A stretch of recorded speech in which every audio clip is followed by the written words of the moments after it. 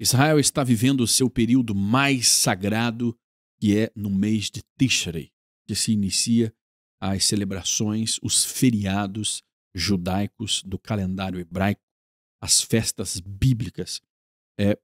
A partir do dia 1º, logo se inicia com Rosh Hashanah, a cabeça do ano, a troca de ano. Nós estávamos no ano 1784 e agora estamos no ano de 1785. A virada de ano aconteceu, obviamente, no dia 1º de Tishrei, iniciando a contagem desses dias, dos dias temíveis que se sucederam com o Yom Kippur. Yom Kippur, o dia do perdão, o dia mais sagrado do calendário hebraico. E estamos agora nos aproximando de Sukkot, a festa das cabanas, ou a festa dos tabernáculos, mais comumente conhecido entre as nações. Israel também, vale lembrar, está lutando uma guerra em 7 diferentes frentes. São 7 dias de Sukkot e Israel luta em 7 diferentes frentes de batalha. E a festa de Sukkot, ela remete também à necessidade de Israel olhar para os céus e reconhecer, que somente Deus é capaz de protegê-lo. Quando Israel habita em tendas durante 7 dias, ele passa a perceber a fragilidade das habitações feitas pelas mãos humanas, ou seja, das proteções, Sukkot, Sukkot, a Sukkah, a cabana, ela é uma estrutura frágil e ela é construída por nós justamente nesse período para nos dar a real dimensão do que é a nossa vida sem as mãos divinas. E mais do que nunca Israel está vivendo esses momentos. Momentos em que ele precisa, necessita, carece da proteção divina para vencer os seus inimigos sanguinários que querem destruí-lo a todo o custo. Tanto Israel quanto todo o povo judeu espalhado pelo mundo estarão reunidos nas sinagogas, em suas casas, guardando e esperando esse dia e vivendo, habitando em cabanas e lembrando que o Eterno é a sua proteção, que a palavra divina, a lei, a Torá, é o escudo que mantém Israel em pé frente aos seus inimigos. O Hamas cerca pelo sul, o Hezbollah cerca pelo norte, o Irã usa forças proxies, seus escravos terroristas, para cercar Israel a partir da Síria, a partir do Iraque, e Israel enfrenta todos esses inimigos com coragem, com força e com a capacidade entregue por Deus ao seu povo, ao seu exército, às suas forças de defesa. E nós vamos, obviamente, tratar aqui com você sobre esse tema especial. Vamos falar um pouquinho sobre essa festa. Por que ela é tão importante? É um dia de guarda, é um feriado judaico. Vamos falar sobre as tradições, sobre a Parashá, a leitura que está ligada diretamente a esta celebração de Sukkot. Como seria a prática de Sukkot, no dia a dia, em casa, Como eu coloco essa festa tão importante em prática. Afinal de contas, não é uma simples lembrança e nem apenas um dia. São 7 dias em que cada dia você vai cumprindo aí com um requisito dessa festa. Bom, aqui comigo para trazer este tema tão importante, nós recebemos o nosso amigo Aharon, que sempre está aqui. Seja bem-vindo, Aharon. Shalom, shalom a todos, shalom, Shimon. Então, a Sukkot, é uma festa que também conhecida como Festa do Tabernáculos, que começa em 15 de Tishne. Isso mesmo. Onde se inicia essa festa e é um complemento dos dias temíveis, onde você faz o selamento de todo o processo dos dias temíveis, onde você faz o dia do perdão, e quando vem a Sukkot você faz esse selamento, ou seja, você propõe ali, nessa festa, que você tem um ano bom, um ano doce, Se prepara para as chuvas, Ou Sim. seja, para ter a sua colheita abençoada. Inclusive, é esta festividade, é esse portal, porque os portais vão se fechando e se abrindo nesse Sim. período.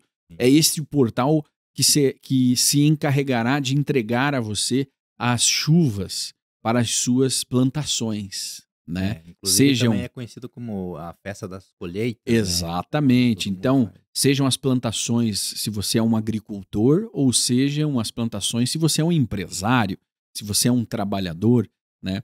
O que você espera para o próximo ano? Que os seus negócios floresçam, Sim. né? Que o seu trabalho floresça, que o seu trabalho te dê uma boa vida, que o seu trabalho renda, que você abençoe a sua empresa, o seu patrão, mas se você é o patrão, que você abençoe a vida dos seus funcionários, que faça excelentes negócios. Curiosamente, Aharon, também em Israel, esta festa ela dura 7 dias. Sim. Mas na diáspora, que é onde nós estamos, né, especificamente aqui no Brasil, ela dura 8 dias, com um acréscimo de Shemini Atzeret e Simchat Torah, né, juntas em um só dia. Então, para nós que estamos no Brasil, ela vai ter um dia a mais aí de celebração. Isso. Ali, falando um pouquinho da festa, né, que aonde consiste em que o judeu, ele mora em uma cabana para identificar como os nossos antepassados passaram pelo deserto naquela época, né? E nada mais é que como você reviver aquilo que os nossos antepassados tiveram, né? As dificuldades que eles passaram pelo deserto, morando em cabanas frágeis, como você mesmo explicou no início da sua explanação, né? Em que a nossa vida ela é muito frágil, né? É muito delicada. Então, é um momento em que a gente se pega uma prospecção de vida ali, em que você identifica que a fragilidade de você estar morando numa cabana, né? É a sua vida. E é um momento que nós nos sentimos mais fortes, porque essa festa ela marca a habitação em cabanas, mas também marca o final da colheita. Ou Sim. seja, a gente está celebrando as nossas vitórias, né? A colheita, se a colheita for boa, nós estamos com o nosso ego lá em cima. E geralmente quando nós temos bons resultados, nós somos falhos e tendemos a esquecer de quem nos abençoou, né? E dificilmente a gente lembra de falar com Deus, infelizmente, nos ótimos momentos. A gente lembra de falar: meu Deus do céu, precisa chover. Meu Deus do céu, uma praga veio sobre a minha colheita, né? Uma ferrugem veio sobre o meu trabalho. Agora, quando está tudo dando certo, nós achamos, puxa, está tudo dando certo porque eu sou muito competente, né? E aí, veja que coincidência, né? Nada é coincidência quando se trata da mão divina. Justamente nesse momento nós habitamos em cabanas. O agro, vamos usar o agro brasileiro, que é poderoso e uma referência mundial, onde o brasileiro ele se orgulha muito porque ele alimenta o mundo, né, com o seu agro.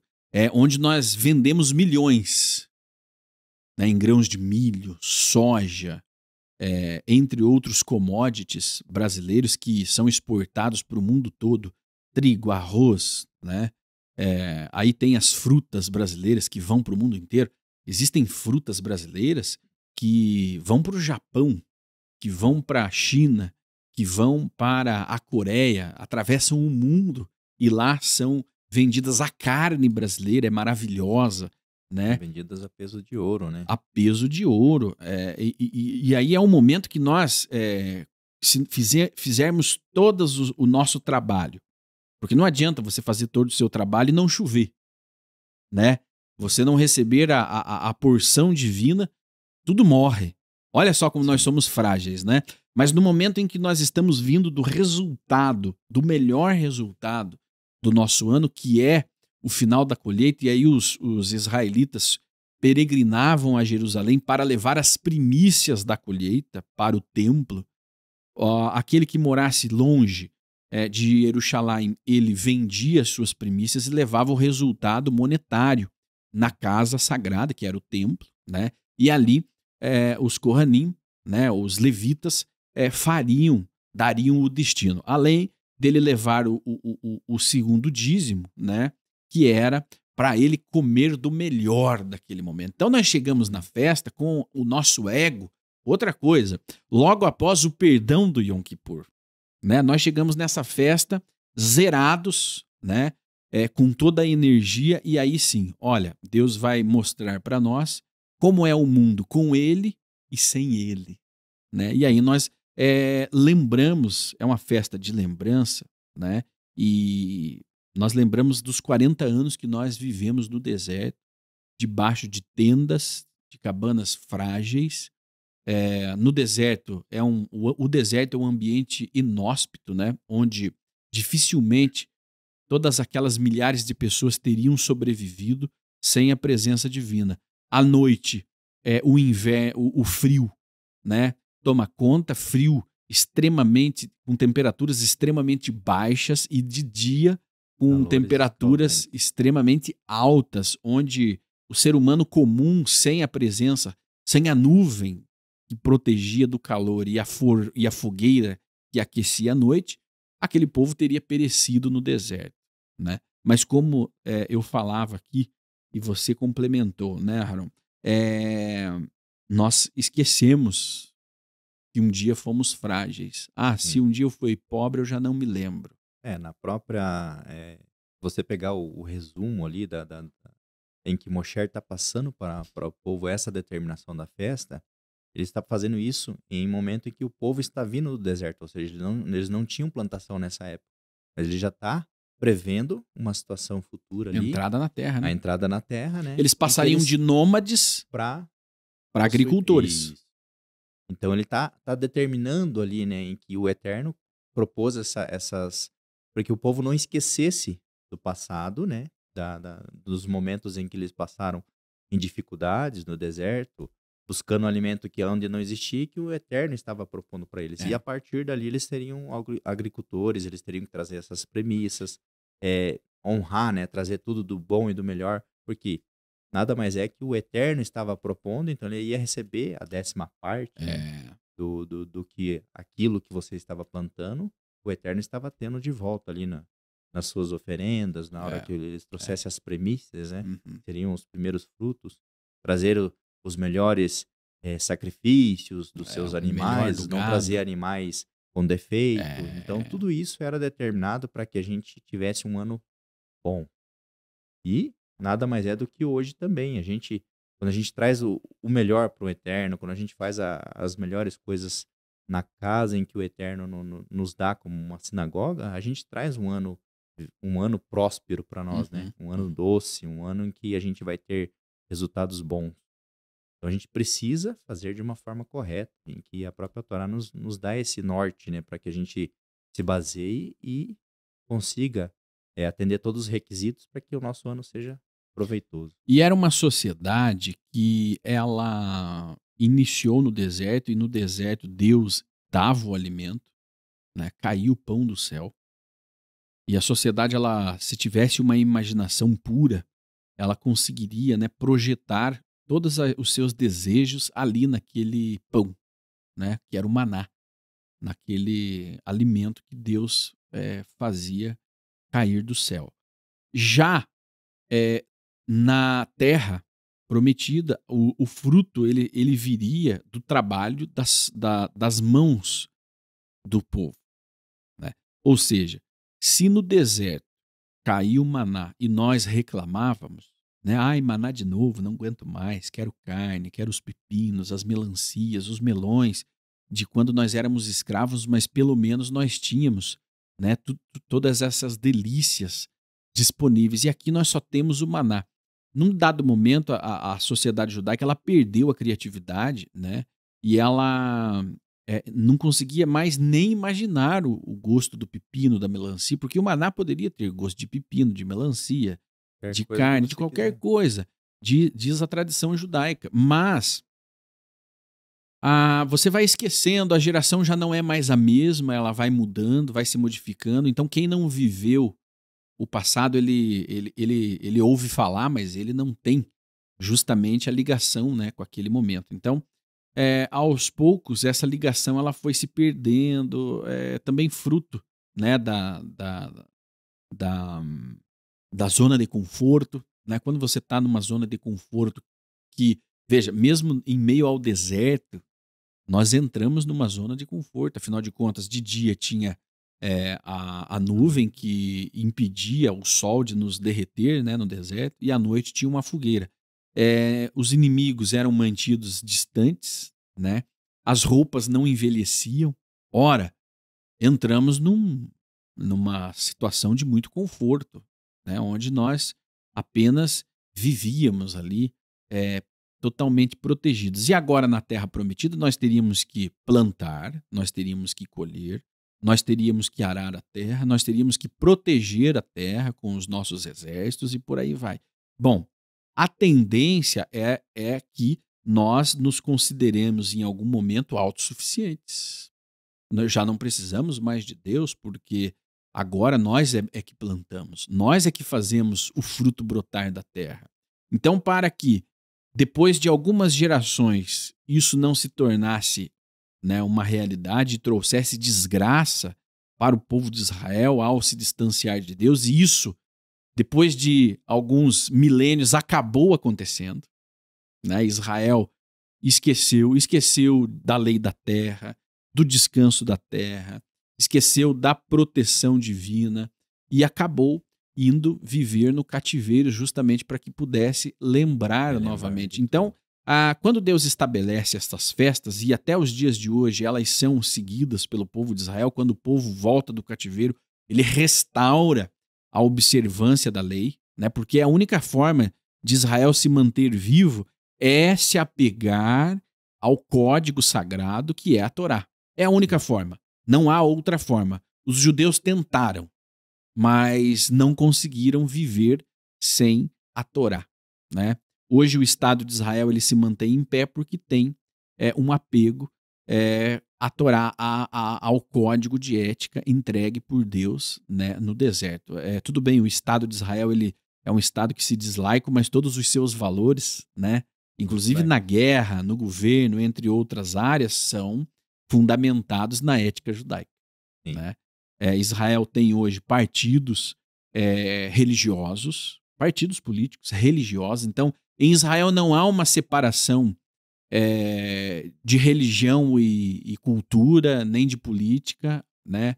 Existem partidos religiosos, há sim um governo para todos, religiosos, não religiosos. Inclusive, a maioria dos cidadãos israelenses hoje se declara não religioso, porém, os valores éticos estão muito acima do que aquilo que nós chamamos de religião, porque o judaísmo ele não é uma religião, né? Porque hoje nós temos, veja, brasileiros com diferentes culturas e com diferentes religiões, né?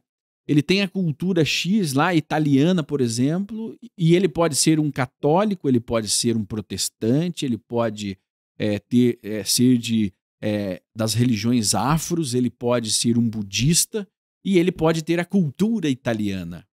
Mas no judaísmo é tudo uma coisa só. Cultura, religião, política, arte, tudo está ligado. Então o judeu não basta apenas ele acreditar em Deus, né, e acreditar na Torá. Não, ele vive culturalmente aquilo, obedece às leis ligadas àquilo. Então é algo muito mais amplo. E um dos principais mandamentos, mitzvot, que está na Alahá, na lei judaica, é a construção da sucá, a construção da cabana na sua casa. Você vai construir com a sua família e vai habitar na cabana durante 7 dias, Aharon. E aí, qual é o significado da cabana? É justamente isso.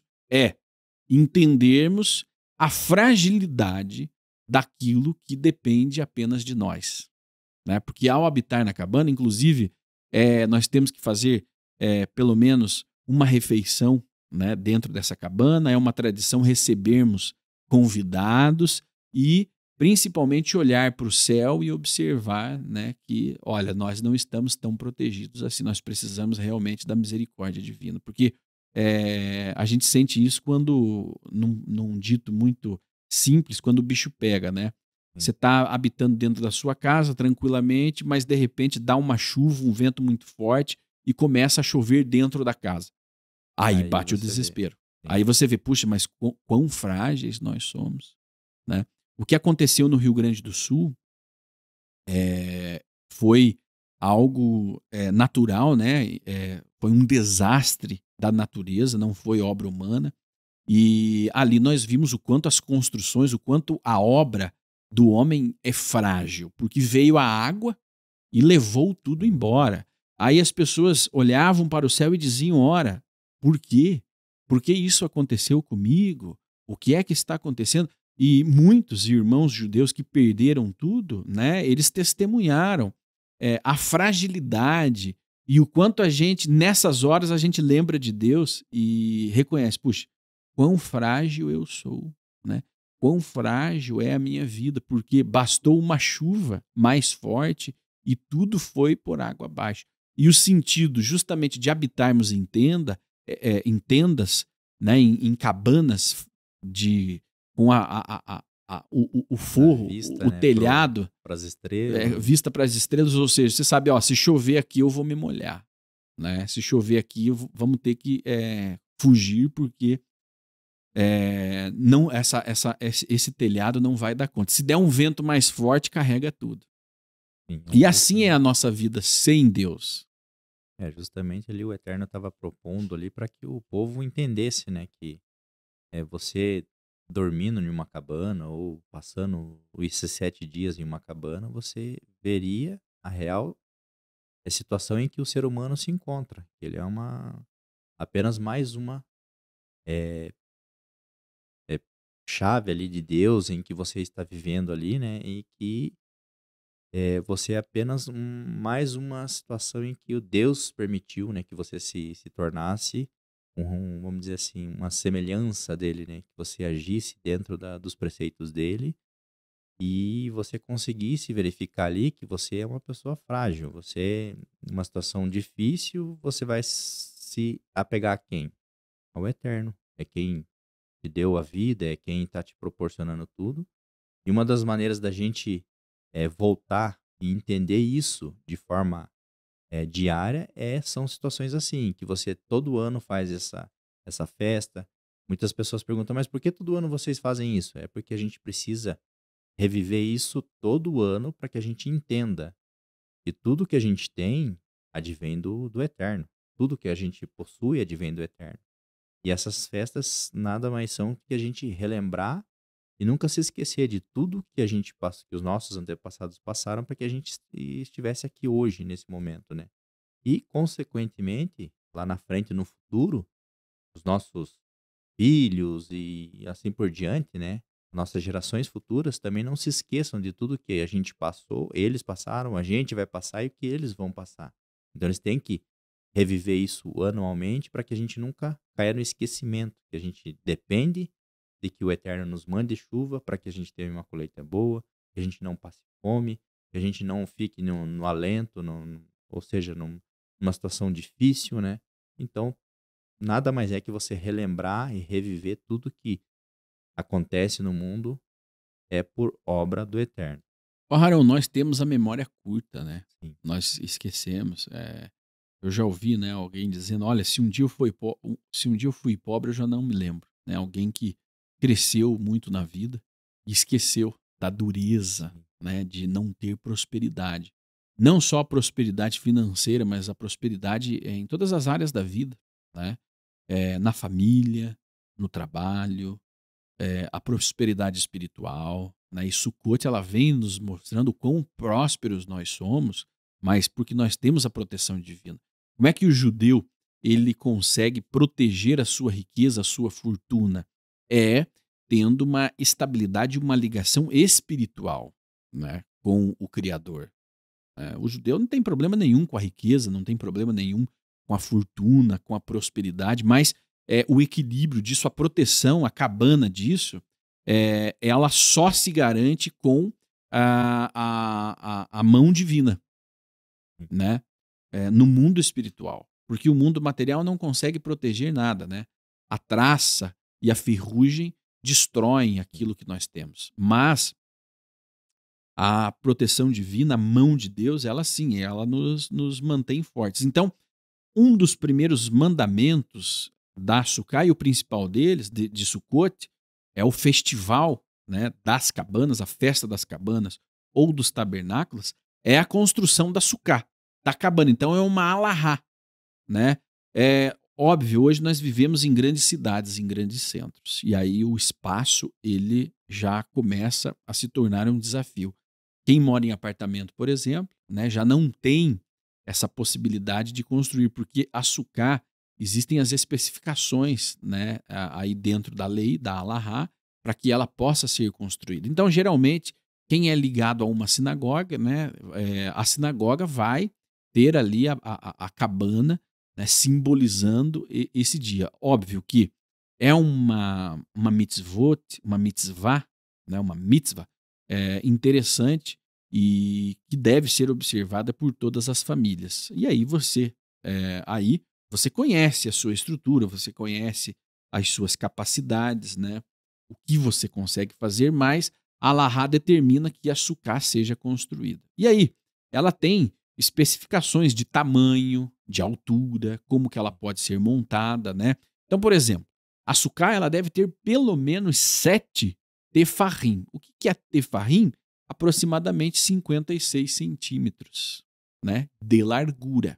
Então, no mínimo, esse é o tamanho mínimo dela, de ter 56 centímetros de largura. Ou seja, é um espaço que tem que caber você, se você for uma pessoa sozinha, que está celebrando, e mais algum convidado. Ou seja, você tem que caber ali dentro para fazer a bênção, para fazer uma refeição ali dentro.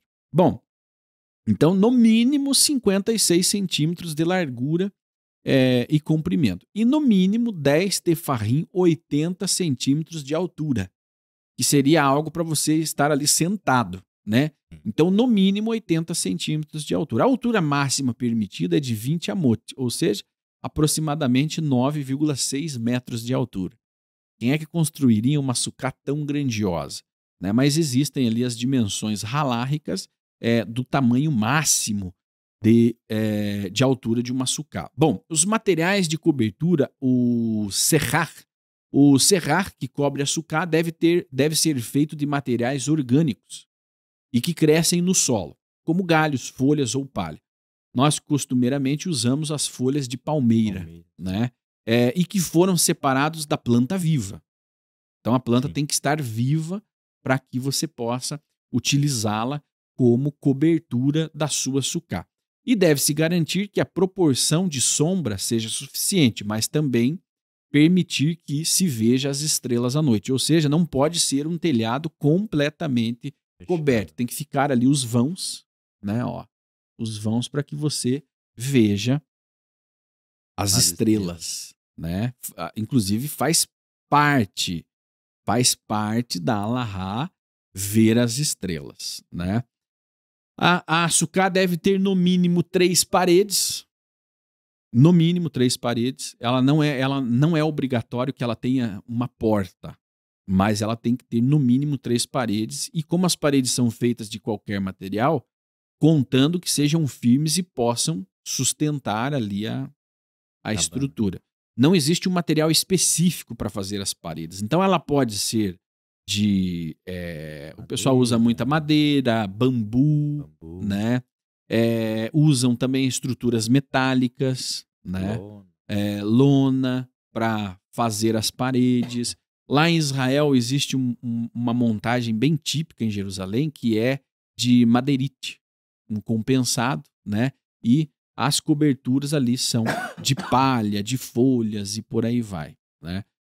E existem montagens de sucá ou sukkot, né, bastante grandes, que é para receber uma família inteira, porque é uma tradição você, nesses dias, receber uma visita, chamar uma visita. Tem famílias que todos os dias trazem uma família, né, diferente para jantar ou almoçar, ou seja, para uma refeição especial dentro da sucá. Então a estrutura da sucá, ela deve ser forte o suficiente para sustentar, para que não caia, obviamente, em cima da sua cabeça quando você estiver fazendo as rezas. Né? O costume se alimentar ali dentro, fazer algumas rezas, né? Meditar, É o momento em que você faz isso durante todos esses dias.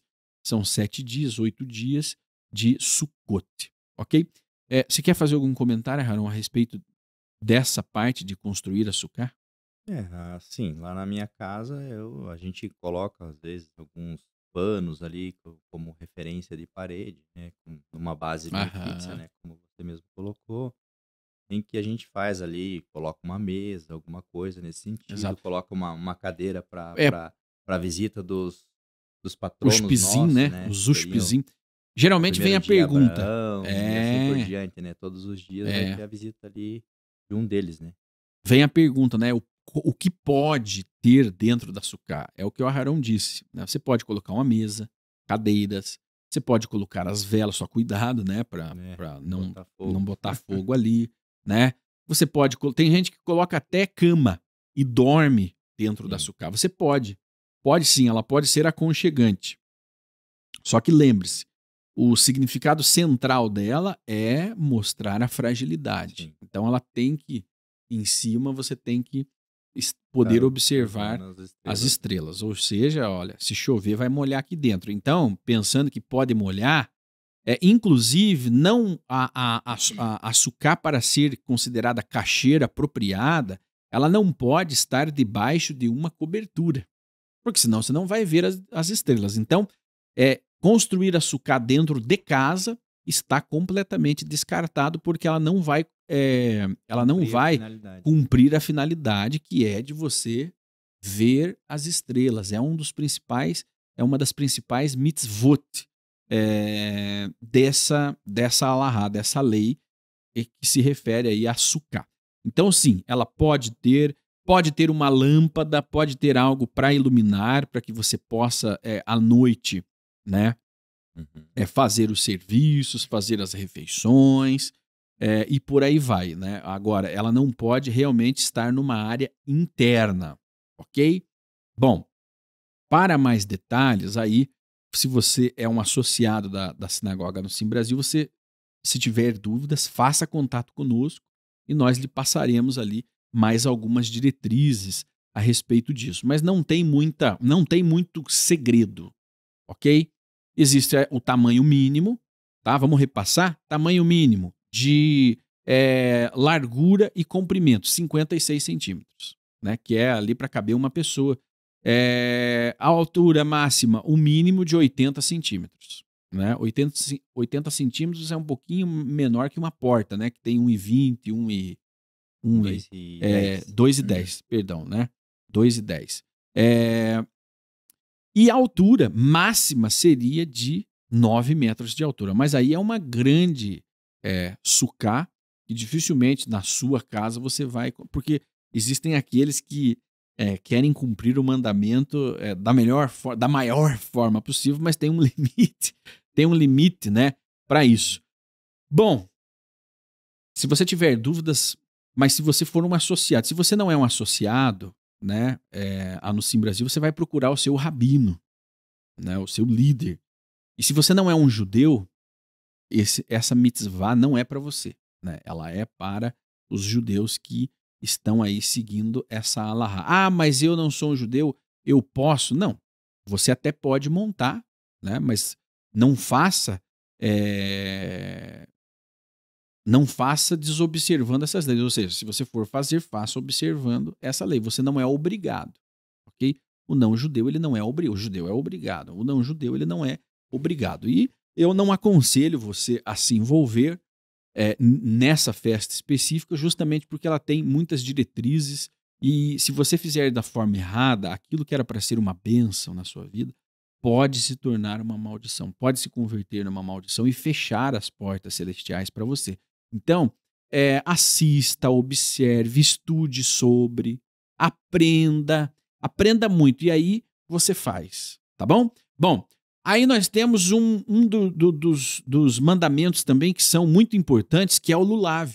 As 4 Isso. espécies, né? O lulav, a palma, o etrog, uma fruta cítrica, o radaz, a Radaz, murta, o aravá, o Aravá. salgueiro, né?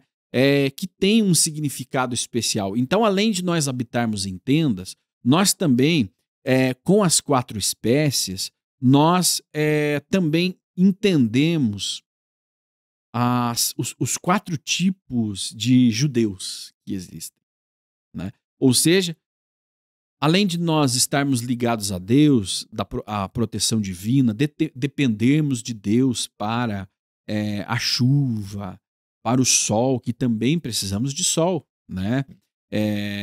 Para proporcionar ali o melhor para nós também dependemos das pessoas. E o Lulav e as 4 espécies, justamente ele nos lembra quem são as pessoas que estão à nossa volta, né? Então o Lulav, ele é uma folha fechada de palmeira que simboliza a espinha dorsal. O etrog, que é uma fruta cítrica, é um tipo de cidra que representa o coração. O Hadaz, a murta, são 3 ramos de murta que simbolizam os olhos, né? O aravá, 2 ramos de salgueiro que representam os lábios. Essas espécies são agitadas em 6 específicas, frente, trás, direita, esquerda, cima e baixo, durante as orações, simbolizando que Deus domina todas as questões do universo, né? Bom, e aí tem as 4 espécies que representam as pessoas, né? Quem são os perfis de judeus que frequentam, né, as sinagogas. Ali ele deixa bem claro, né, que o lulav, né, que é uma fruta nobre, né, parecida com um limão, com um aroma agradável, né. Lulav é um galho de tamareira, cujas folhas estão ainda completamente fechadas e parece como um cedro, né.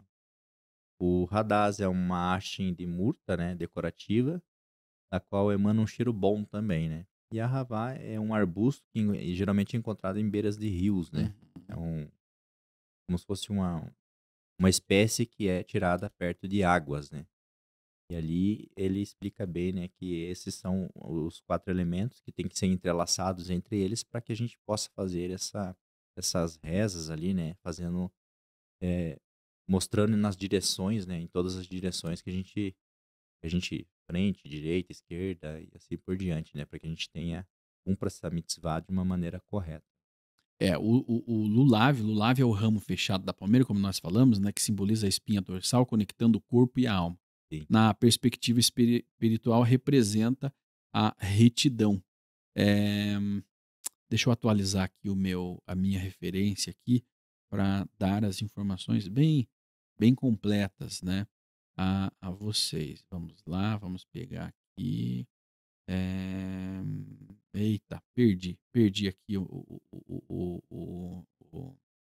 Aqui quem tem o Sidur consegue pegar isso na página 484, em que ele explica bem, né, que os nossos sábios acharam as 4 espécies, 4 tipos de pessoas que compõem uma Isso, comunidade. isso mesmo. A saber, o etrog é uma fruta comestível que tem aroma e simboliza as pessoas que têm erudição e praticam o bem. Uhum. Lulav, da tamareira, que não tem fruta, né?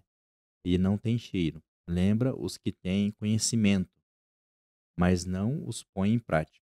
A hadaz, que tem cheiro, mas não é comestível, representa os praticantes, embora não sejam Eruditos. Isso, eruditos. E a ravá não tem nem frutas e nem cheiros, e pode ser comparado aos que possuem teoria, não possuem, né, teoria e nem prática. Eles não têm conhecimento nem boas Isso. ações e fazem parte, né? São os perfis, né? Das 4 É, pessoas que fazem é, essa é, essa junção é. das 4 Então espécies. vamos repassar. O lulav simboliza uma pessoa que tem conhecimento, que é o sabor, Uhum. mais cuidado de boas ações, aroma. Então aquela pessoa perfeita, aquele que, né, consegue ter um equilíbrio entre a espiritualidade, entre o estudo, entre a religiosidade, né, a cultura. Ele é aquele que está fazendo a sukkah, é aquele que sabe as leis da sukkah, é aquele que entende toda a alahá, toda a lei referente a sukkah, né? Aí o etrog e a sidra, né? Ele representa o coração e a harmonia entre o conhecimento, sabor e as boas Uhum. ações, né? Ele é visto como um símbolo da pessoa perfeita, que tem sabedoria Pratica o quanto bem, né? segurança, né, do que ele faz, né? Então ele está também num alto nível. O Radhasamurta está associada à beleza e ao deleite, sendo um dos ramos que simboliza a vitalidade, né? Uhum. E ele representa aqueles que fazem boas ações, mas que podem cuidar do conhecimento, sabor, né? Aquele que ele não é tão erudito, né? Ele Sim. não é aquele que fica estudando na sinagoga, ele não é aquele que está em todas as rezas, mas ele se preocupa, né? Ele se preocupa em ajudar as pessoas, ele se preocupa em fazer boas ações, né? Sim. E se preocupa também em manter a sinagoga, manter a casa de estudos. Ele está ali presente. Ele pode não ser o líder, aquele que ensina, aquele que devora os livros, mas ele traz condições para que As o coisas rabino acontecem. possa estudar, né? Para que os filhos, os jovens possam ter o conhecimento, possam ir para Israel, fazer a escola rabínica, né? Ele é participativo. E tem o Aravá, né? Que são os ramos do salgueiro. Aqui no Brasil não tem eu não sei se tem o salgueiro direto, nós utilizamos o chorão, né? A folha do chorão que é semelhante ao salgueiro, né? A folha do chorão que é Aquela que... inclinada, Sim. né? E representam aqueles que não têm conhecimento e nem boas ações, né? Ou seja, ele não estuda, ele também não se preocupa muito com a manutenção comunitária, ele vem, ele está ali, ele participa, e ele ajuda a formar a menina. Ele não estuda, ele não sabe as rezas, ele não tem nem o Sidur, né? Ele também não se preocupa muito em ajudar, né, as pessoas, né? Ele Tem a prática, né, ele não de... tem boas ações, ou seja, tem a festa, pessoal, precisamos fazer aqui uma reunião para construirmos, né, a Sukkah, precisamos construir a mikve, precisamos, né, comprar a Torá, nós precisamos trazer o rabino para lá e para cá. Ele não está em nenhum desses momentos, mas em algum momento ele cai do céu. Ajuda em alguma coisa. Em algum né? momento ele cai do céu e está faltando aquela pessoa para dar o minyan. O minyan é um quórum de 10 homens e somente na presença de 10 homens determinadas orações, rezas e serviços podem ser feitos. Né? Por exemplo, a leitura pública da Torá, ela só pode ser feita na presença de 10 judeus. E aí chega esse judeu que não se preocupa e não estuda e não está muito ligando, né? Mas ele está ali. É aquele que vem no Yom Kippur. Ele recebe a bênção pelo ser o 10º ali que completa. Exatamente. E ele faz toda a comunidade receber a bênção. Olha como até esse é importante, né? Como diz, até aquele que não vale nada, né, tem o seu valor. Porque talvez na sua cabeça ele não valha nada, mas para o contexto comunitário ele vale muito, porque ele permitiu toda a comunidade receber aquela bênção sobre a congregação. Ora, sem o minyan não há congregação. Não é uma congregação, né? Então, para isso ele tem. Então, aqui nós entendemos o seguinte, que a comunidade ela não é formada só de eruditos, só de rabinos, só de estudiosos, só de pessoas que fazem boas ações, ou seja, que trabalham em prol da comunidade. Ela terá todos os perfis de pessoas. Todos, exatamente todos. Desde o mais piedoso até o mais perverso. Né? Aquele que realmente não liga para nada, aqueles que se preocupam, mas não têm muito conhecimento, porque se tivessem o conhecimento poderiam fazer até mais, né, do que conseguem fazer. Aqueles que estudam, mas também não têm muitas ações, ele só estuda. Na hora de carregar, né, na hora de carregar o peso, ou seja, de carregar o tabernáculo, ele está fora. Ele está fora por quê? Não, ele está estudando. Ele não veio porque ele está estudando. Então, todos esses perfis estão ali na comunidade. E é normal. É normal.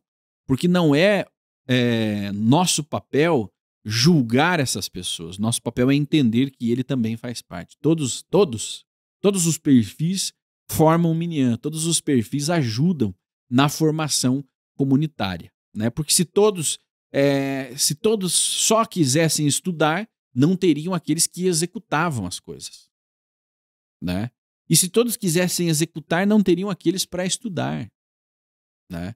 E por aí vai. Então, são perfis existentes, mas que completam o que é mais sagrado, que é a comunidade. A comunidade é o que nós temos de mais sagrado hoje, né? Que é a comunidade que santifica. Santifica a Torá, santifica o Shabat. A Torá, a comunidade, ela proporciona justamente uma comunidade abençoada.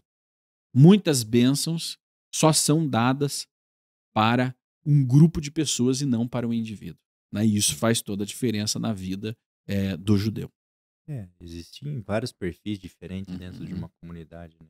Como você mesmo explicou, né? A gente precisa ter essas diferenças justamente para ter todas as áreas que uma sinagoga precisa ser atendida, ela tem que ter as pessoas destinadas para aquilo. Como você mesmo falou, o Rosh tem uma habilidade maior, ele é mais entendido, vai estar explanando a Torá, vai ter O rabino, né? aquela outra pessoa que vai ser um pouquinho menos é, Erudita. erudito, mas ele vai ter a sua outra qualidade, que é o seu outro Exatamente. lado, né? Fazendo Exatamente. esse complemento ali de que a sinagoga se torne uma sinagoga forte, né? A gente precisa ter essas várias diferenças de perfis para que isso se torne uma comunidade forte, né? Que consiga atender todas as suas demandas em suas várias vertentes possíveis ali. E juntas, essas 4 espécies são agitadas durante a reza do Halel, né? Cânticos de louvor, simbolizando a unidade do povo judeu. Cada uma das espécies representa um tipo de pessoa da comunidade. Eu vou achar uma imagem aqui no Google para vocês entenderem o que é o Lulav, né? Para quem nunca viu, possa compreender aqui o que é esse tão famoso Lulav. Vamos ver aqui, eu vou abrir aqui. O Pera lá. etrog é meio parecido com um Como limão uma... siciliano, é meio parecido com exatamente. aqueles limão maiores, né? Em É, que é. ele é é tipo uma fruta, né? Uma fruta nobre de Israel ali, onde Uhum. eles são cultivados. Ele precisa de um cultivo um pouquinho mais delicado para que se torne um fruto saboroso ali, né? Inclusive, acho que Exatamente, Harão. posterior à festa, a gente consegue até fazer algumas coisas com esse, uma geleia, alguma coisa, né? Exatamente. Bom, coloca aí, produção, mandei para vocês. Ó, então esse é o Lulav. Nós temos ali as 4 espécies, né? Que é o etrog, que é uma fruta cítrica. Nós temos aqui o... Harão, aqui é o chorão, a folha de chorão, mas é Aravá? o aravá, né? Aravá. O aravá, né? Aqui nós temos a murta, Hum. né? E aqui ao centro o lulav, né? Que é O galho, né? esse Mais galho ereto, né? esse galho de palmeira. E tem essa forma correta de montar, ok? Então você vai procurar o teu rabino, o teu líder religioso, sinagogal, para as instruções de como montar. Isso hoje em dia é vendido, né? A comunidade judaica ela já fornece isso pronto. Sim. Tem um custo porque vem de Israel, né? Principalmente esse etrog, né? Ele é importado, ok? Não é uma fruta brasileira, Não né? é uma fruta brasileira, ele é importado para cá, né? E aí vem montadinho já esse kit. Aqui no Brasil, Arão, agora por último, estava custando o quê? Você lembra? Iniciava em R$ 350 e Aham, tinha situações de até de R$ 1.500. de R$ 1.500. Depende do que você quer montar ali, ou quer uma Uhum. coisa mais Mais luxuosa, luxuosa. é mais caro. Mas o Por mais exemplo, simples é em torno de R$ 350. ele é baseado em dólar, tá, pessoal? Ele não é feito aqui no fundo de quintal, né? Ele é produzido, são plantas, é um item sagrado que é produzido especificamente para esses 7 dias de Sukkot, né? Então, ele é vendido em dólar, por isso que ele tem um preço mais né, significativo. Óbvio que quem tem lá o dízimo da festa, né, separadinho, ele vai poder comprar o seu lulav, ele vai poder comprar os itens, né? Por exemplo, em Rosh Hashanah nós temos que ter o mel em casa, né? A maçã, a tâmara, São os símbolos, né, festivos que você está ali. Porque é uma questão educacional, Haron. Por que que tem todos esses itens, esse simbolismo? Não se trata apenas de uma conexão com o sagrado, que é o principal, mas também da educação de pai para filho. Né? Então, você ter esse simbolismo, você vai estar inculcando, né? É a nossa oração maior, né? O Shema Israel. Você precisa, para você cumprir essa mitzvah, essa mitzvot, né? Você precisa ter essas espécies, além de você montar sua cabana. Então, você cumprir toda a sua mitzvot, você precisa fazer todos esses requisitos em que foi determinado pela Torá, né? Em que Moshe passou isso pro povo e determinou, nos seus tempos certos serão festas, e você tem que cumprir de uma forma completa para que você atinja todos os objetivos e tenha esse selamento dos dias temíveis, né? Então, tudo que você fizer nesses dias, né, de festa de Sukkot, você precisa fazer da melhor forma e cumprindo todas as mitzvot, que é justamente você ter todas as 4 espécies, montar a sua cabana, você fazer pelo menos uma refeição dentro dela, você fazer as orações ali dentro da cabana, para você cumprir isso de forma geral, né? Você selar de uma forma que você tem esse ano abençoado, né? Então, tudo que você dispôs ali durante um ano para você chegar no final e comprar um lulav ou, né, as espécies ali, você tem que ter esse dinheiro já reservado para isso. Exatamente. Principalmente para um judeu, né, que sabe Porque que funciona, né? Como é que funciona. Há um calendário Sim. anual onde nós já sabemos com antecedência os períodos que nós estamos vivendo, então tem como você se organizar e viver esses dias. São os Sim. dias mais importantes. Eu estava vendo agora os vídeos de Yom Kippur, muitas sinagogas colocam ao vivo, né, publicamente, e eu vi aqueles judeus bem velhinhos, mas bem velhinhos, cumprindo lá o Yom Kippur, na sinagoga. Bem velhinhos, bem assim, cabelo branco, e estavam lá vivendo esses momentos. E todos os anos ele vai lá, ele peregrina até a sinagoga para viver esses momentos sagrados, né? Bom, agora vamos fazer um exercício. Eu quero que você escreva para nós nos comentários, e você pode escrever também num caderno aí na sua casa. Quem é você? Qual das espécies você é? Vamos ver se você se conhece. Vamos entender se você se conhece. Vamos lá. Você é o etrog, aquele que tem conhecimento da Torá e boas ações? Conhecimento, ele conhece e pratica, né? Você é o lulav, aquele que tem conhecimento, mas não realiza boas ações, ou seja, você conhece a Alahá, conhece a lei, conhece a teoria, mas na hora de fazer você, puxa, não é para mim, não vou. Ou você é o Hadass, aquele que pratica boas ações, mas não tem nenhum conhecimento. É aquele que quer fazer, mas não conhece, está aprendendo, né? Ou você é o Aravá, aquele que não tem conhecimento e nem boas ações. Quem é você? Você tem coragem de escrever aqui nos comentários qual é o teu perfil? Independente do perfil, você faz parte. E todos nós, Aharon, passamos, no nosso ciclo de vida, nós passamos por uma dessas categorias, né? Por uma dessas fases. Quem você está sendo hoje? Porque o ser humano, ele não é... Ele consegue exatamente. Evoluir, ele consegue mudar. Ele é ser humano, embora comparado com a planta, mas ele pode mudar. Essa é a diferença de nós para as plantas. Dificilmente uma melancia vai virar uma laranja. Mas o ser humano que é um etrog, né, ou que é um aravá, que não tem conhecimento e nem boas ações, ele pode se tornar um lulav. Ou ele pode se tornar um etrog que tem conhecimento e boas ações. Porque conforme ele vai evoluindo, ele vai também passando por uma transformação. O fato de você, aravá, ser admitido no meio da comunidade não significa que você não pode evoluir. Porque nós estamos aqui para transformar o mundo. Mas a misericórdia divina é tão grande que até aquele que não tem conhecimento e nem boas ações, ou seja, aquele que... Porque para não ter conhecimento, veja, o judeu ele estuda todo sábado. Todo Shabat ele está mergulhado na Torá. Imagina aquele perfil que não tem conhecimento algum, Carol, né? Então, até esse que não tem conhecimento algum, que não tá nem aí para nada, ele tem um espaço dentro da comunidade. Agora, significa que ele vai ficar sendo um aravá eternamente? Não. Ele tem toda a oportunidade de evoluir. A Torá tá aí para todos, né? Então, a partir do momento que você começa a estudar e se dedicar, você vai evoluindo, né?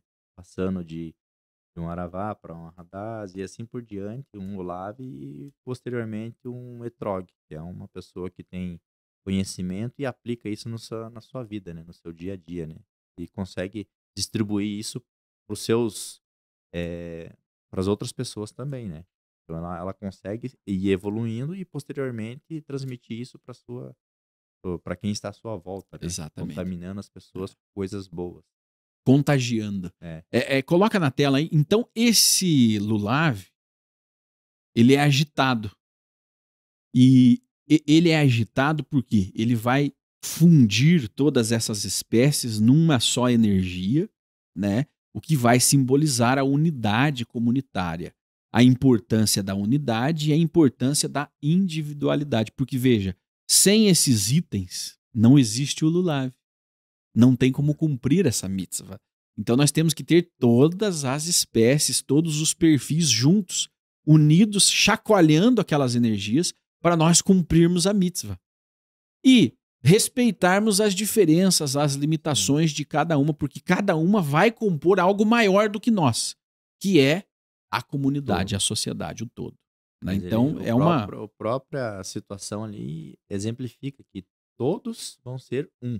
Ou seja, todos os judeus se tornam um povo único, que vai ter a mesma direcionamento da Torá. Então, do menos erudito ao mais erudito, é uma unidade única, né? E quando o povo se torna um povo único, ele se torna forte. E é isso que a gente tem que ter em mente, né? Israel, numa situação atual em que está em guerra, se ele não fosse um povo unificado, ele já teria perdido. Se essas 4 espécies, né, não tivessem unidas união, protegendo Israel, ele já teria sido destruído. A união do povo é que determina a sua força, a sua determinação, sua coragem. E a gente sabe que existe vários percalços na nossa vida ali que tentam destruir isso de uma forma em que a gente se perca dessa base unificada do povo, né? Coloca aí, ô produção, coloca o vídeo lá, do Lulav, o judeu, ele colocando em prática essa mitzvah do Lulav. Tá lá, ó. É assim que se faz, então, todas as espécies juntas, e eu já vou falar um pouquinho mais sobre essas especificações, né? Mas é daquele jeito ali que se faz, para frente, para os lados e para trás. Todas as direções, né? Ok? Vamos lá então, pode voltar? Rapidinho, né? Depois você pode procurar no Google, né? Você que está me acompanhando, se quer saber mais detalhes disso, procure no Google aí, no YouTube. É uma ferramenta maravilhosa e você vai ver mais detalhes. Mas ilustrando é isso. Bom, presta atenção. As 4 espécies precisam estar em condições perfeitas. Por isso que é caro, o Aharão, né? Um lulav rachado ou quebrado, que é o galho central, ele não serve, ele não está cumprindo a alahá. Um etrog manchado ou danificado, que é ali a fruta, o limão, né? Vamos colocar, não é um limão. É etrog, o formato é diferente, a origem não tem no Brasil. É difícil, né, encontrar. Sim. Ele não pode estar manchado ou danificado ou apodrecendo. Não, ele tem que estar em perfeitas condições. E as folhas não podem estar rasgadas. Ou né? secas. Ou secas. Por isso que todos devem ser colhidos da natureza vivos. Né? Não podem estar secos. Porque no final, o aravá ele vai secando, obviamente, e aí ele é batido da forma correta para que ele possa ser desfeito ali após os 7 ou 8 dias. Essa perfeição, ela remete justamente à nossa intenção e o cuidado com o sagrado, porque os animais utilizados também nesses sacrifícios, hoje nós não sacrificamos mais animais justamente pela destruição do templo, então essa mitzvot ou mitzvah, essas mitzvot ou mitzvah, ela foi cessada, né, e substituída pelas preces, pelas rezas na sinagoga. Mas o animal ele teria que ser o melhor, o Sim. mais perfeito.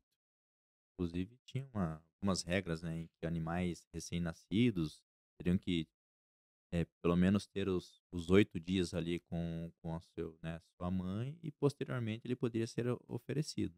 E você Uhum. nunca poderia oferecer um filhote com a sua mãe junto, você tinha que ser separado.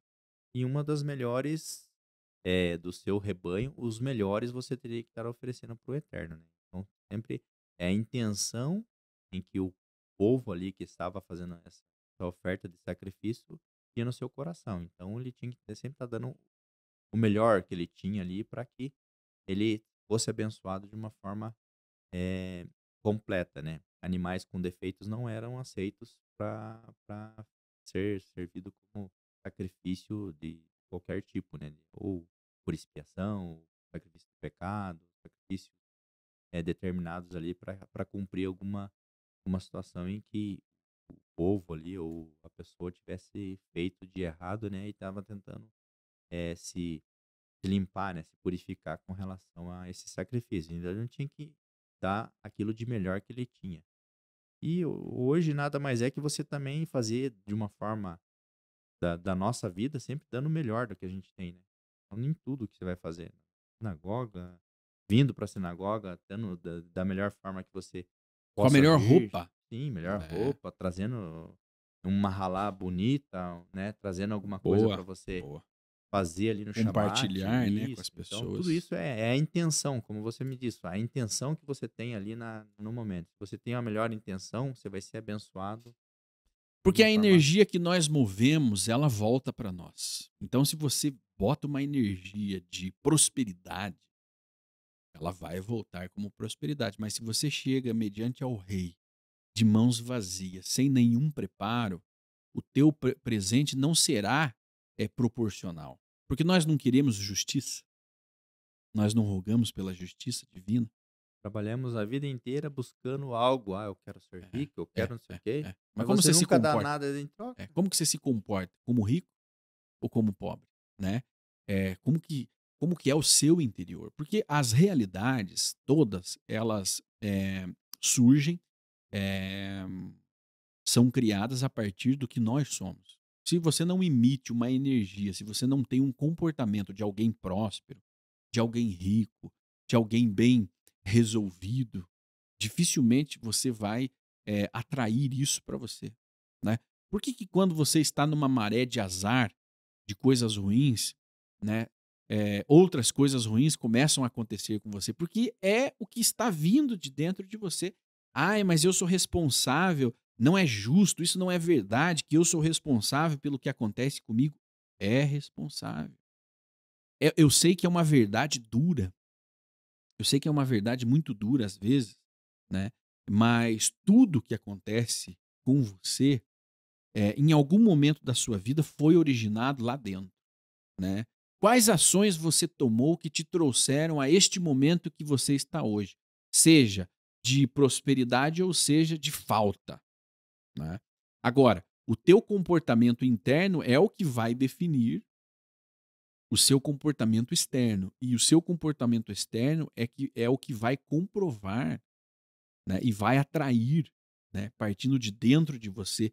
E, por exemplo, você só consegue eh, se apresentar de uma forma eh, verdadeira se aquilo já está dentro de você, no seu coração, né?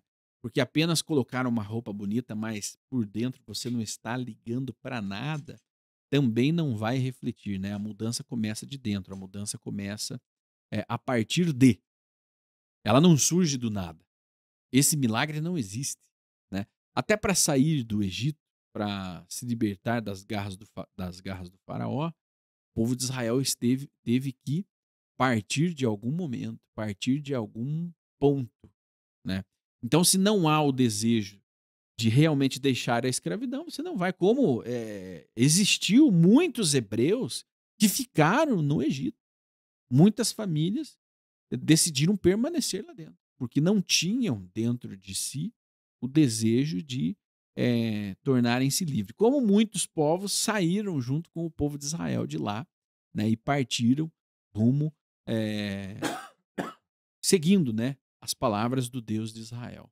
Tá? Então, é, isso vai depender muito do que está em você, do que você está refletindo. Então, esse momento de Sukkot é a oportunidade de você se apresentar ao rei, ao Senhor dos Exércitos, é, da forma com que você espera para esse próximo ano nas suas produções, no seu trabalho, no seu plantio, né? O que você quer colher no próximo ano. É o que você vai refletir nessa festa de Sukkot. E essa festa, ela ocorre no dia 17 de outubro, no dia 15 de Tishri, né? Isso. Seria na próxima quinta-feira, né? Na próxima quarta-feira, ao pôr do Quarta-feira, sol. né? Né? Ao pôr do Quinta-feira é o sol. feriado, né? Isso. Então a gente tem a leitura da Paraxá Aham. que remete, né? Explica todo o processo, quando foi determinado, né? Que a gente teria que cumprir essa festa, né? E seria em Levítico, né? Do capítulo 22, versículos 26, do capítulo 23 até o versículo 44, que é essa leitura que é feita nesse dia, né? Na Uhum. quarta-feira, onde a gente faz a leitura dessa Paraxá, né? Para a gente entender o porquê que a gente faz esse cumprimento dessa mitzvot, né? Quando o Eterno determinou, né, que o Moshe passasse para o povo as regras, e ali também estabelece algumas outras datas, né, que eram cumpridos as festas, né, e uma delas está a Sukkot, né, onde a gente faz a festa das cabanas, faz as premissas ali, que a gente consegue entender todo o processo e como é feito, né? As regras, aonde fala sobre as 4 espécies. Então, assim, não é uma coisa que a gente tirou da nossa cabeça, é uma coisa que vem da própria Torá, em que ela determina, né? As regras, o porquê que tem que ser feito dessa forma, Não qual o foi inventado, né? significado, Não né, foi de cada inventado. coisa ali, né? É. Então, Moshe ele passou isso tudo para o povo e explicou, né, os motivos. Inclusive, né, em uma das partes ali desse versículo ali, né, em que fala sobre o Shabat, onde era o momento de descanso, ali era determinado também esse dia, né, trabalhará 6 dias e no sétimo dia se fará o Tem o descanso. texto, coloca ali para nós, sua produção, o textinho da Torá, tá lá. Né? Você Sim, pode ver sim, em hebraico, tem a tradução. Essa parte específica de Sukkot, porque aqui é uma leitura que fala de todas as festas. todas. É, Né? Deus entrega ali, num só momento, todos os dias, né, de observação. Inclusive, Sukkot é um dia de Shabat. É um sábado festivo. Vai cair no meio da semana, mas é um feriado. considerado É um um Shabat. dia santo, né? Uhum. No primeiro dia haverá a Santa Assembleia, né? Que no 15º dia deste 7º mês haverá a festa de Sukkot, né? Para que dures 7 dias, né? Ó, fala ao povo de Israel dizendo: no 15º dia deste mês é a festa de Sukkot, que perdurará 7 dias para o Senhor. Né? Aí no passuque seguinte, no primeiro dia haverá santa assembleia, não fareis nenhum trabalho servil. Ou seja, no primeiro dia, Sukkot. Hoje a Alahá determina que, para quem está em Israel, algumas linhas judaicas observam 2 dias fora de Israel, né? Uhum. E lá em Israel 1 dia. Bom, 7 dias vocês trarão uma oferta de fogo ao Eterno. E ao 8º dia será para vocês uma santa assembleia, ou seja, dia santo novamente. Vocês trarão uma oferta de fogo ao Eterno. É um dia de convocação. Vocês não farão nenhum trabalho nesses dias, né? No primeiro e no último, né? Esses são os tempos determinados do Eterno que vocês celebrarão como ocasiões sagradas, trazendo ofertas queimadas, holocaustos, ofertas de cereais, sacrifícios e libações em cada dia que for apropriado. E aí, Moshe, na Torá oral, né, nas tradições, depois, agora, o que nós conhecemos dentro do Talmud, entre outros escritos, traz ali justamente as especificações exatamente desses dias, como eles deveriam ser observados. Né? Então, é, Em Israel, o primeiro dia de Sukkot é um Yom Tov, ou seja, um dia sagrado, é um sábado, onde são observadas as mesmas leis de Shabat, incluindo a ordenação de trabalho e o acendimento das velas na véspera de Yom Tov. Fora de Israel, os 2 primeiros dias são considerados Yom Tov. Então, você vai acender as velas de Shabat. Na recitação, né, você vai recitar Sheheriano, né, vai recitar também a bênção de acendimento de Yom Tov, né, nesse dia de sábado, nesse dia de Santa Convocação, ok? Bom, no primeiro dia não é permitido trabalho e nos dias intermediários entre o primeiro e o último é permitido você fazer o seu trabalho né, normal. Porém, você segue aí seguindo as mitzvot, as mitzvot relacionadas a habitar na sucá, a fazer a refeição na sucá, né? As ordenações e o acendimento das velas na véspera, né? Ele está incluso. E aí tem essa pequena diferença. As mulheres acendem as velas antes do pôr do sol, recitando a bênção específica para o Yom Tov. E fora de Israel, as bênçãos, as velas também são acesas no segundo dia, ok? Bom, comer e dormir na sucá é uma mitzvot, né? É obrigatório comer todas as refeições na sucá. Em algumas comunidades é costume também dormir na sucá, especialmente entre os ashkenazitas. O Birkat Hamazon, após as refeições, recita-se o Birkat Hamazon, é uma bênção após a refeição, incluindo a passagem Harahamã, que menciona Sukkot. Alimentos e pratos típicos. Nas comunidades sefarditas é comum preparar pratos tradicionais com sabores do Oriente Médio e Mediterrâneo. Os sefarditas têm origem na Espanha e Portugal. Por isso, né, os pratos relacionados aí a essas regiões do Mediterrâneo, como pratos à base de cuscuz, ensopados de carne e vegetais, além de sobremesas com baklava. Também se fazem saladas, acompanhamentos frescos, celebrando a fartura da colheita. Né? Ou seja, frutas também estão no cardápio. É costume recitar piutim, sefarditas recitam piutim, poemas litúrgicos especiais nas rezas de Sukkot, especialmente no Halel. O ushpizin. O ushpizin é convidar um hóspede espiritual para a sua sucá. Também é seguido nas comunidades sefarditas, e muitas vezes são realizados grandes banquetes em honra desses hóspedes. E, de preferência, alguém que não seja tão próximo. Alguém que você não tenha aquela convivência, né, muito próxima. Bom, os Ashkenazi.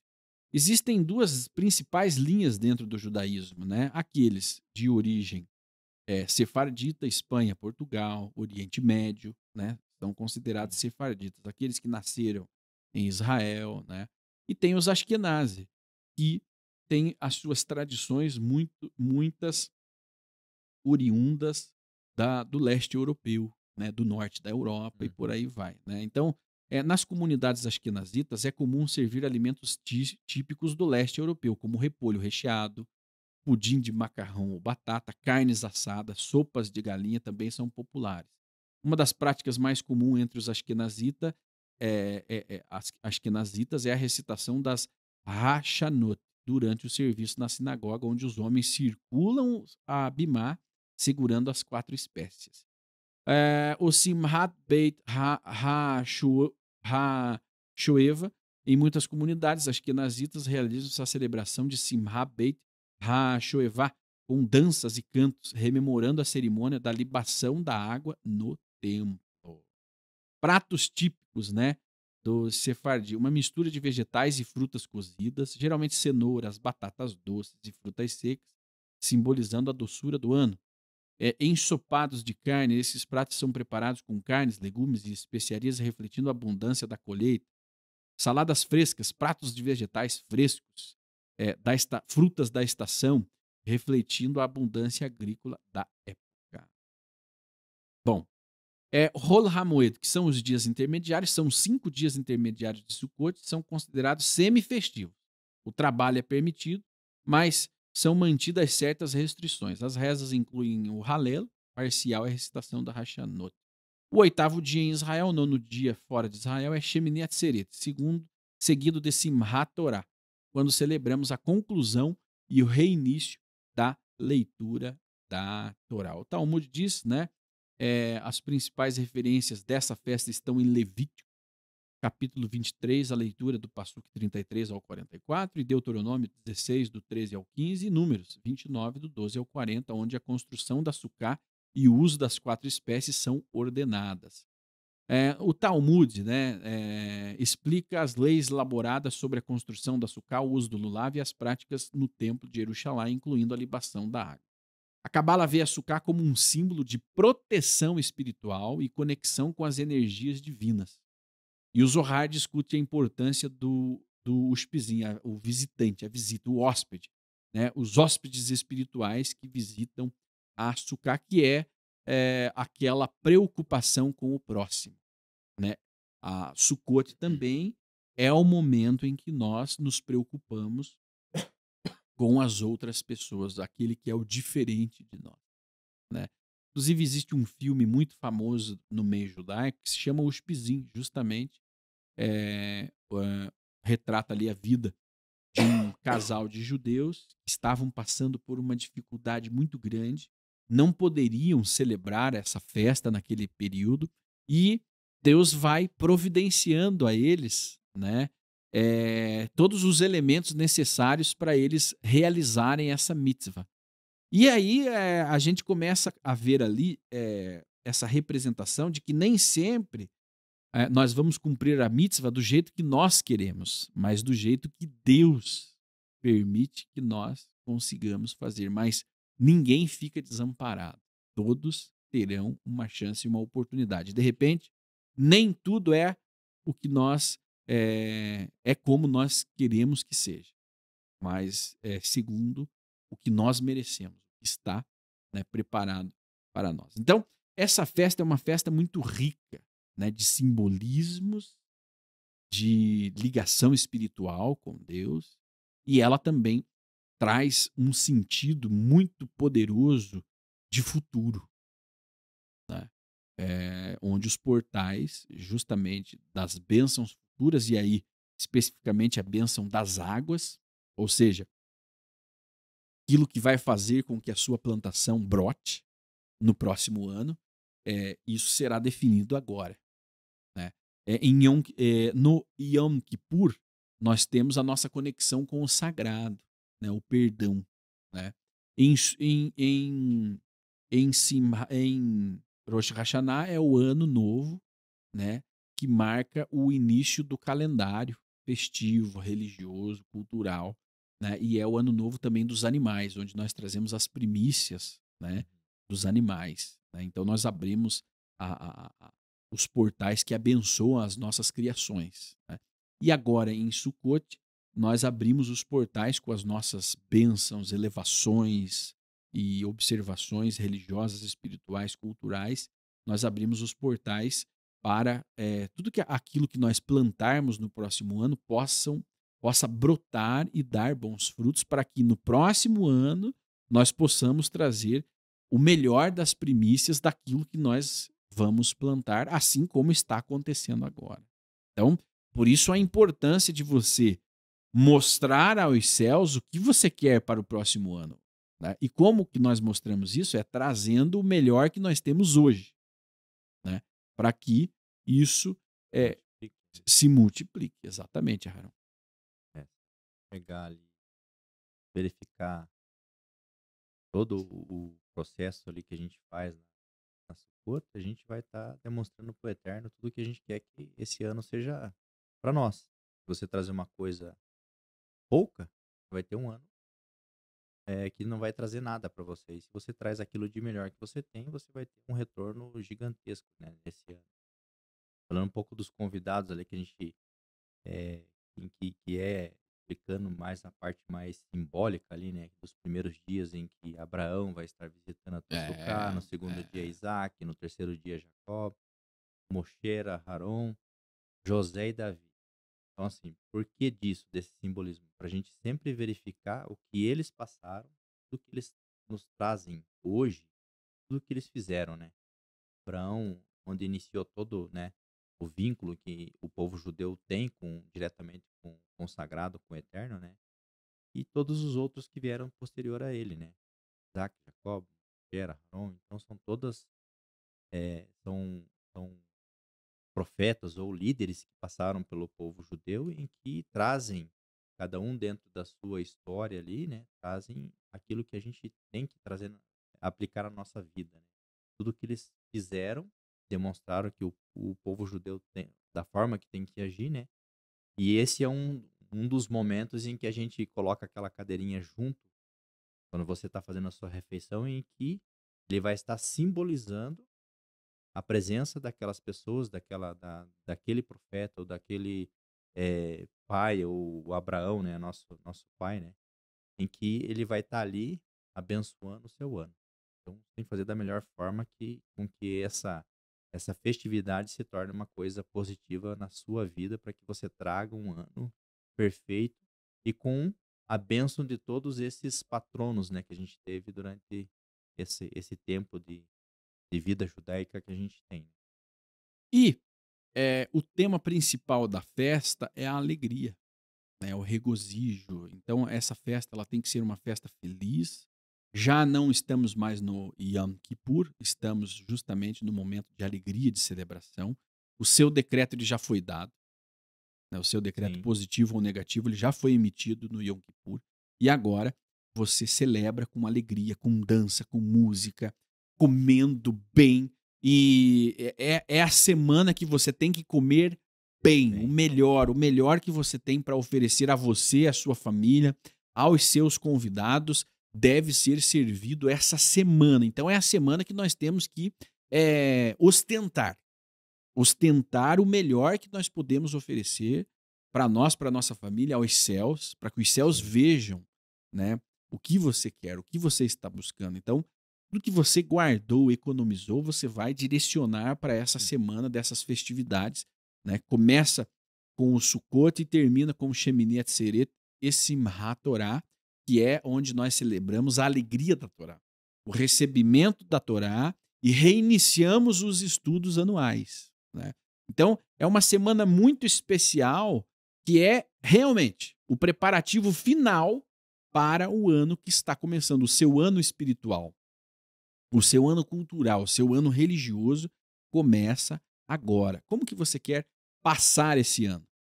Você vai definir isso, vai terminar de definir isso na reta final, que é o festival dos tabernáculos, a festa de Sim. Sukkot, né? Esse festival maravilhoso e com muita alegria. Então é um momento de estarmos positivos. Passou o momento do temor, Isso. né? O momento de, puxa, é, né? O que será de mim? Não. Agora é o momento de você atrair bons decretos para tudo que é teu. Então, Quer fim e proteger o que. começo, né? Fim Exatamente, e começo. exatamente. Como proteger o que é teu? Observando esses dias sagrados que nós estamos entrando. E uma das maneiras de purificar o que é teu e garantir que você tenha isso novamente no próximo ano é entregar a Deus, entregar ao tabernáculo a 10ª parte daquilo que você produziu, né? Esse é o primeiro, é a primeira ação, né, desse período. Entregar ali, no caso, quem plantava levava ao templo esses frutos, né? Esses frutos As sagrados. promessas, É, é. que demonstrava, né, a fartura em que tudo aquilo que você aplicou naquele ano, ele estava trazendo para o eterno. Então, se você foi uma pessoa que foi abençoada naquele ano, você estava refletindo isso ao final, né, no início, no final da colheita, trazendo aquele resultado. Agora, se você era uma pessoa que não trouxe o que era no ano anterior, não fez né, não Não fez por seguiu, onde, né? você vai trazer uma coisa menor. Então, ali Uhum. você conseguia ter essa medição, vamos dizer assim, né? Em que a pessoa pode mudar, como a gente sempre falou, né, no início, né? Ela pode fazer essa transição, né? Mudar a sua característica, mudar o seu jeito de ver as coisas e ter um ano melhor. Se você veio até aqui e não trouxe aquilo que você desejaria ter trazido, então mude. Mude a chave, mude o seu jeito de agir, o seu jeito ter, e no próximo você vai estar trazendo uma coisa melhor para você e para o eterno. Então, você vai ter um resultado melhor, né? É isso mesmo. Bom, que você possa então viver esses dias na sua comunidade. Se você tem dúvidas a respeito de alguma coisa, né, para você que é um associado no Sim Brasil, faça contato conosco, nós vamos sanar todas as suas dúvidas. Se você não é, entre em contato com o seu líder, com o seu rabino, faça a consulta a ele, né? Busque um mestre e siga as diretrizes de um mestre, não de vários mestres, né? Quem segue muitos mestres não chega a lugar algum. Então, é uma mitzvah, inclusive, um conselho do judaísmo, para que você siga o mestre. Escolha ele, né? Ele te agrada, você se conecta com a sabedoria daquele mestre, então se coloque à disposição para seguir aquele mestre. Bom, e para vocês que nos acompanham, que não são judeus, mas que amam Israel, né? Aprenda, acompanhe. Nós faremos as transmissões ao vivo desses dias sagrados. Esteja conectado, né? É importante para você também. Você também tem a oportunidade, né, de ter uma conexão mais especial nesses dias. Um abraço a você e nós seguimos aí com as festividades. Nos vemos lá. Para você, oportunidade, né, de ter uma conexão mais especial